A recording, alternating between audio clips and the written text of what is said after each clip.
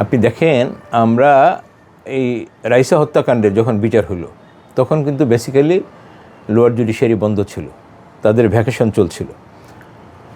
একটা সরকার আন্তরিক হলে কী হতে পারে, আমরা এই রাইসা হত্যাকাণ্ডের বিচারে সেটা দেখলাম যে বন্ধের মধ্যে ওই জজ সাহেবের ছুটি বাতিল করে কোর্ট বসিয়ে স্বল্পতম একদিনে 16 জন সাক্ষী হয়েছে। সরকার আন্তরিক হলে কী হয় সেটা আমরা দেখলাম।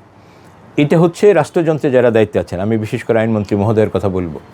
তিনি খুবই ভালো একজন বিচারপতি, খুবই একজন ভালো মানবিক মানুষ, কবিতা লেখেন, গদ্য লেখেন। তো হাদি যে আন্দোলনের ফসল, আজকে আমরা যে আন্দোলনে জুলাই আগস্টের আন্দোলনের কারণে আজকে এই সরকার, আজকের এই মানুষ, আজকে আমরা বুক ফুলিয়ে কথা বলতে পারছি, আমরা নিঃশ্বাস নিতে পারছি। সেই জায়গাটায় হাদির হত্যাকাণ্ডের বিচার দীর্ঘায়িত হওয়া বা তার তদন্তটা স্বল্প সময়ের মধ্যে, সুনির্দিষ্ট সময়ের মধ্যে আইনি যেভাবে বলা আছে সেভাবেও যদি করতেন তাহলে এতদিনে কিছু দৃশ্যমান হতো।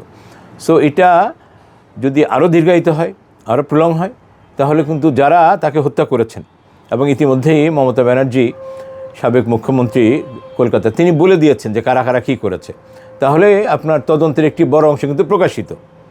এই প্রকাশিত অংশকে ধর্তব্য ধরে আপনি এগুতে পারছেন না, তাহলে কিন্তু জনগণ আপনাকে সন্দেহ করবে। এই জন্য যারা এই মুহূর্তে এই মামলাটি তদন্ত সম্পন্ন করে বিচারের আওতায় নিয়ে আসার জন্য ষড়যন্ত্রকারীদেরকে, তাদের দায়িত্বে যদি কোনো অবহেলা হয় তাহলে একসময় আপনারাই ওই ষড়যন্ত্রকারীদের অংশ কিনা সেটা কিন্তু জাতি নির্ধারণ করবে, এবং সেটা কোনো সুখকর অবস্থা হবে না।